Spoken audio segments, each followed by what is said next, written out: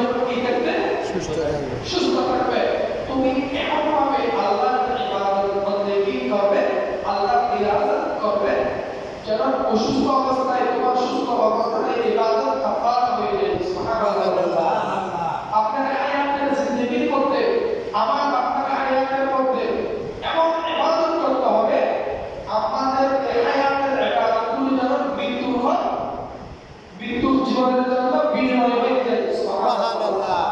তাহলে সকাল হলে সন্ধ্যা পর্যন্ত শুকরির ইবাদত, সন্ধ্যা হলে সকাল পর্যন্ত শুকরির ইবাদত, সুস্থ থাকলে অসুস্থ হওয়ার আগ পর্যন্ত ইবাদত, জীবন যতদিন পর্যন্ত রব্বুল আলামিন দিয়েছে ততদিন পর্যন্ত শুকরির ইবাদত। কিসের জন্য প্রস্তুতি? পরকালের জন্য প্রস্তুতি। কিসের জন্য প্রস্তুতি? পরকালের প্রস্তুতি, পরকালের প্রস্তুতি।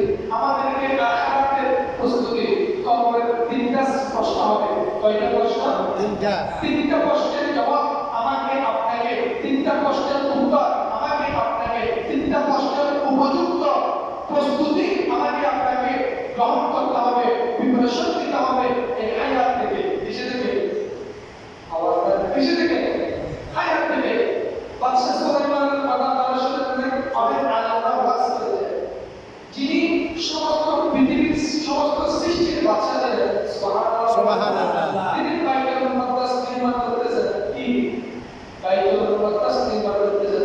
হযরত ইব্রাহিম আলাইহিস সালাম আসেন, এই আল্লাহর প্রিয় নবী, আল্লাহর পয়গম্বর, আল্লাহ আমাকে পাঠিয়েছেন আপনার কাছে। এই ইব্রাহিম মানবত হঠাৎ অকালে তুমি কি জন্য আসলা? কে বললো?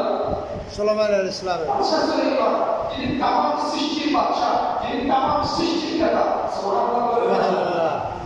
মালাকুল মউত ফেরেশতা বলল, আমি তো অসময়ে আসি না, আমি এক সেকেন্ড আগেও আসি না, আমি এক সেকেন্ড পরেও আসি না, যখন টাইম আমি তখন আসি, যখন টাইম আমি তখন আসি, আল্লাহর নির্দেশে আসি। এই আল্লাহর পয়গম্বর, আল্লাহ আপনার রূহ কবজ করার জন্য সময় পেয়েছে, আমি আপনার রূহ নেওয়ার জন্য এসেছি। সুবহানাল্লাহ। আচ্ছা, সুলাইমান নবী বললেন, আচ্ছা আমাকে একটু সুযোগ দাও, আমি একটু এই বাইতুল মুকাদ্দাসের কাজটা একটু শেষ করি। বলতে বাইতুল মুকাদ্দাস কত টাকা? আল্লাহ। এই ঘর নির্মাণ করবেন কে? আল্লাহ। এই ঘরের কাজ সমাপ্ত করবেন, এই ঘরের কাজ সম্পূর্ণ যিনি করবেন তিনি কে? আল্লাহ। এই দায়িত্ব তো আপনার নয়, যেহেতু আপনার যাওয়ার সময় হয়ে যায় আপনি চলেন। বলতেন দাঁড়াও আমি একটু বসি। না, বসতে দেওয়ার সময়ও নাই, এই মুহূর্তে আপনাকে যেতে হবে। সুবহানাল্লাহ। দাঁড়ানো অবস্থায় আল্লাহ চলে গেছে। সমস্ত সৃষ্টি বাদশা, সমস্ত পৃথিবীর বাদশা আল্লাহর পয়গম্বর, আল্লাহর নবী। সুবহানাল্লাহ। আচ্ছা বলুন তো, একটা মানুষ দাঁড়ানো থেকে বসতে একদিন সময় লাগে না, এক রাত সময় লাগে না, এক সপ্তাহ সময় লাগে না, এক মাস সময় লাগে না, 5 মিনিট সময় লাগে না। বসতে দেওয়া হয় নাই, মালাকুল মউত এসেছে, সঙ্গে সঙ্গে আল্লাহর হুকুম বাস্তবায়ন করার জন্য আল্লাহ যেভাবে বলেছেন সেভাবে আল্লাহর পয়গম্বরের রূহ নিয়ে চলে গেলেন। সুবহানাল্লাহ। তাহলে অকাল মৃত্যু নামে কোন শব্দ আহলে সুন্নাত ওয়াল জামাতের মধ্যে নাই। কিসের মৃত্যু? অকাল মৃত্যু। অকাল মৃত্যু নামে কোন শব্দ নাই আহলে সুন্নাত ওয়াল জামাতের মধ্যে নাই। এগুলো মুতাসারির যারা আছে এরা অকাল মৃত্যু নামে কোন শব্দ এরা বলে। যেমন এরা বলে এই আজাল স্বাভাবিক মৃত্যু, নির্দিষ্ট মৃত্যু। আবার বলে কবরের আজাল অস্বাভাবিক মৃত্যু, মানে নির্দিষ্ট সময়ে পূর্বে মৃত্যু। একটা সালাকের মধ্যে কেরাসিন তেল বলছে, কেরাসিন তেল যতক্ষণ পর্যন্ত থাকে সালাকটা ততক্ষণ পর্যন্ত জ্বলতে থাকে। ঠিক বলুন, ঠিক না? একেবারে যখন কেরাসিন তেল শেষ হয়ে যায়, নিভু হয়ে নিভে যায়, তখন তারা সেটাকে বলে স্বাভাবিক মৃত্যু। তখন তারা সেটাকে কি বলে? স্বাভাবিক মৃত্যু। আহলে সুন্নাত ওয়াল জামাতের মধ্যে কোনো আকিদা নাই। কবরের আযাব করতে কোনো ভয় নাই। বান্দার রিজিক যখনই শেষ হয়ে যায়, বান্দার হায়াতের বাজার যখনই শেষ হয়ে যায়, আল্লাহর হুকুমে বান্দা তখনই আল্লাহর কাছে রওনা হবে। সুবহানাল্লাহ। ইন্না লিল্লাহি ওয়া ইন্না ইলাইহি রাজিউন। সালাতু ইয়া রাসূলুল্লাহ আলাইকুম ইয়া হাবিবাল্লাহ।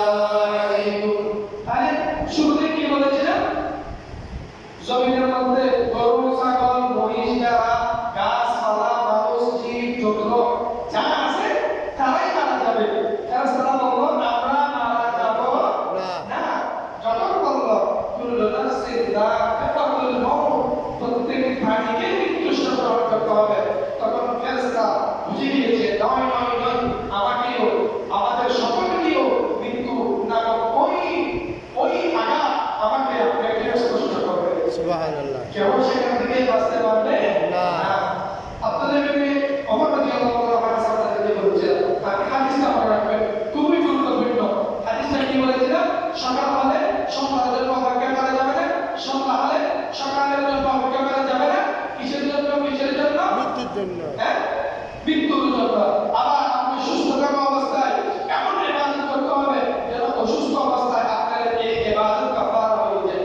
আপনার হায়াতের জিন্দেগির মধ্যে এমন ইবাদত করতে হবে যেমন মৃত্যুর পর আখিরাতের জীবন আপনার এই পুঁজি দিয়ে চলতে পারে। সুবহানাল্লাহ। হাদিসটা মনে রাখবেন।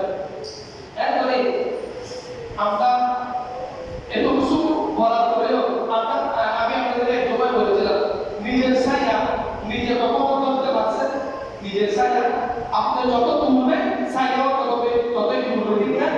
দুনিয়ার পিছনে আমরা যতই তুলতে থাকবো, দুনিয়ার সম্পদের পিছনে, দুনিয়ার ইজ্জতের পিছনে, দুনিয়ার দৌলতের পিছনে আমরা তুলতে থাকবো, তুলতে থাকবো, তুলতে থাকবো দুনিয়াকে পাওয়ার জন্য। কিন্তু দুনিয়া কখনো আমার হবে না, দুনিয়া কখনো আপনার হবে না। শুধু তুলতে থাকবো। এই আমার আয়াত দুনিয়া ইল্লা মাতাউল গুরুর। দুনিয়া মানে ধোঁকা, দুনিয়া মানে কি? ধোঁকা। আপনি দুনিয়া মানে ধোঁকা। দুনিয়ার কোনো লোক লালসা করা যাবে না। তবে হ্যাঁ, এটাই সত্য। রাসূল সাল্লাল্লাহু আলাইহি ওয়াসাল্লাম ইরশাদ করেছেন, দুনিয়াকে যদি আল্লাহ তাআলা হাসির দ্বারা পরিমাণ যদি দুনিয়াকে কি করতেন? মূল্যায়ন করতেন, তাহলে এই জমিনের মধ্যে ইহুদি ও মুসলিম খ্রিস্টান কারোর জন্য এক জাররা পরিমাণ কোনো কিছুই আল্লাহ দিতেন না। এখন দেখেন, সব কিছুই আল্লাহ বান্দাদের জন্য দিতেন। দেখুন, মুসলিমরা সম্পদের দিক দিয়ে আমাদের চাইতেও শ্রেষ্ঠ, সমস্ত দিক দিয়ে আমাদের চাইতেও সেরা। এরা বাড়ি বোমা যত আধুনিক যন্ত্রপাতি আছে এরা আমাদের চাইতেও শ্রেষ্ঠ। সমস্ত বালা, সমস্ত মানে স্বর্ণ রূপা সবচেয়ে বেশি বেশি ধনী মানুষ হলো মুসলিম। অমুসলিমরা সবচেয়ে বেশি ধনী। বাংলাদেশের স্বর্ণের ব্যবসা অমুসলিমদের হাতে, বাংলাদেশের মেডিসিন ব্যবসা অমুসলিমদের হাতে, বাংলাদেশের সারা ওয়ার্ল্ডের সবচেয়ে মানে ইকোনমির সবচেয়ে যেটা পাওয়ারফুল সেক্টর, পাওয়ারফুল যেটা রাস্তা, সেটা কার হাতে?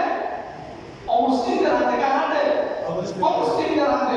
রাসূল সাল্লাল্লাহু আলাইহি ওয়াসাল্লাম ইরশাদ করেন, তোমাদের মধ্যে থেকে কোন ব্যক্তি যদি ওই সমুদ্রের মধ্যে গিয়ে একটা আঙ্গুল সমুদ্রের মধ্যে ঢোকালো, ওই আঙ্গুল সেখান থেকে উঠালো, ওই আঙ্গুলের মধ্যে যত পরিমাণ পানি আছে তত পরিমাণ হচ্ছে এই দুনিয়ার জিন্দেগি।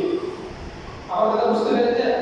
আপনার একটা আঙ্গুল সমুদ্রের মধ্যে, সামনে দেখবেন, পিছনে দেখবেন, ডানে দেখবেন, বামে দেখবেন, কোনো কুল আছে? নাই।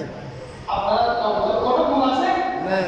এতটুকু পানির মধ্যে দুনিয়াকে লাগান দিয়েছেন, একটা আঙ্গুল আপনি পানির মধ্যে ধরেন, ওই আঙ্গুলের মধ্যে পানি যতটুকু আছে, লেগে আছে, ততটুকু পরিমাণ জিন্দেগি হলো হায়াত। এই সামান্য জিন্দেগির জন্য নিজের স্ত্রীকে নিয়ে চিন্তা করি, নিজে মত থেকে বাঁচার জন্য দূর হইতে থাকি, চেষ্টা চালাতে থাকি, নিজের সন্তানকে মৃত্যুর হাত থেকে বাঁচানোর জন্য দূর হইতে থাকি, নিজের কলিজার টুকরা সন্তানকে মমতার হাত থেকে বা স্ত্রী সন্তানকে মৃত্যুর হাত থেকে বাঁচানোর জন্য দূর হইতে থাকি। দূরতে থাকবো মৃত্যুর হাত থেকে, আমি আপনি বাঁচতে পারবো না। না। ওমর ইবনে আব্দুল আজিজ তিনি খলিফা ছিলেন। তিনি কি ছিলেন? খলিফা ছিলেন। ওমর ইবনে আব্দুল আজিজ কাজ করতে করতে ক্লান্ত হয়ে খুব রাত হয়ে গেল। কি হয়ে গেল? রাত হয়ে গেল। রাত হয়ে যাওয়ার পর তিনি বাড়িতে ফিরলেন। তার হাতে বাইতুল মাল, কিছু সম্পদ তার হাতে ছিল। কিসের মাল? কিসের মাল? বাইতুল মাল। আবার তার কিসের মাল? বাইতুল মাল। বাইতুল মাল রাষ্ট্রীয় কিছু আমানত তার হাতে ছিল। তখন ওমর বিন আব্দুল আজিজ যখন ঘরে প্রবেশ করলো, সন্তান বলল, বাবা, আপনি বাইতুল মালের শেষগুলো নিয়ে, হাদিয়াগুলো নিয়ে আপনি বাড়িতে চলে আসলেন। এটা বলার পর